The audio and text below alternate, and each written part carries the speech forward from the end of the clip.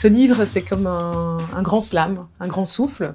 Je l'ai écrit en écriture automatique et puis je l'ai totalement passé en bouche. Donc il porte la trace de cette oralité. Il y a une nervosité, il y a une frontalité dans cette histoire. Eunice, c'est l'histoire d'un deuil et d'une renaissance. Ce livre aurait pu avoir comme sous-titre « La nostalgie des ventres ». C'est ce ventre de la mère décédée vers lequel on ne peut pas revenir, et c'est aussi le ventre de ces mères qui ont accouché et qui ne peuvent pas revenir à leur jeunesse.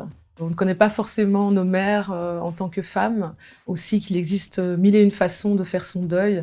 Ici, dans ce livre, l'eau est très présente, l'eau a emporté la mer, mais chacune va avancer avec cette eau. C'est les larmes pour certains, c'est la sueur, le sport, le mouvement, la danse, c'est les fluides pour la question de l'érotisme, c'est l'alcool pour ceux qui sombrent dans les addictions. C'est une quête, c'est aussi une enquête, ce sont des secrets de famille. C'est une résilience qui va se faire de manière collective.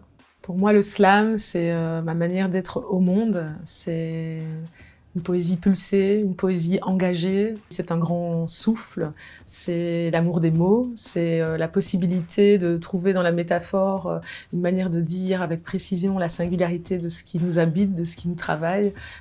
Et c'est aussi un moment de partage.